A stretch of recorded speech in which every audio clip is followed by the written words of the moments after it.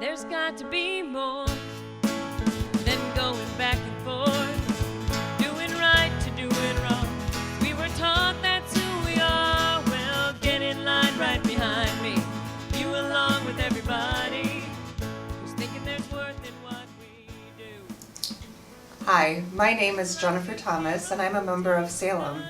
I'm also a member of the Stewardship team, and our theme this year is imagining greater, sharing our gifts, and impacting the community.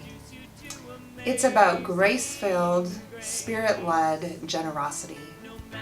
For the first 2 weeks, we're going to be focusing on love, the way that God loves us and how we're set free to love others as God first loved us, and how people have felt God's love in this place and how it has inspired them to impact the community around them. How does the love you experience at Salem inspire you to give?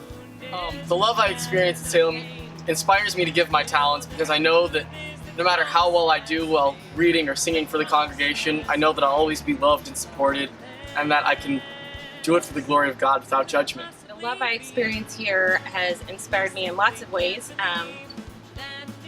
I came here at a really difficult time in my life, and I was married here.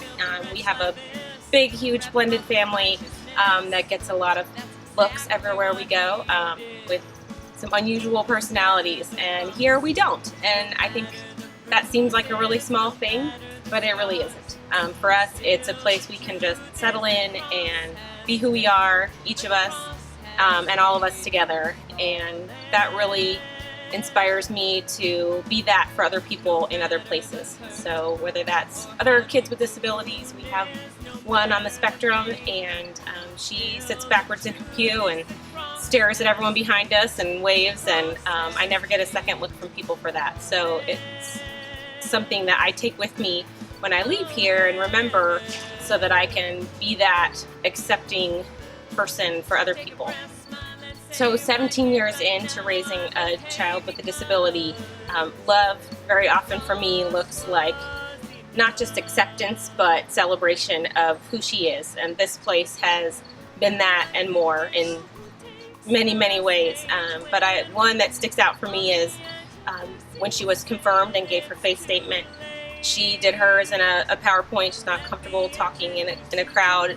So we worked really hard with her to kind of pull out what those ideas were that she wanted to share and put it together, and she showed it in the congregation. And while she was standing up there to give it, the statement itself was really moving, and lots of people talked to me about it afterwards. But for me, the most moving moment was my daughter standing up there, frankly terrified, even though she wasn't going to have to speak, and her friend Madison jumping up from her spot in the pew and walking up there and taking her hand and just standing there with her.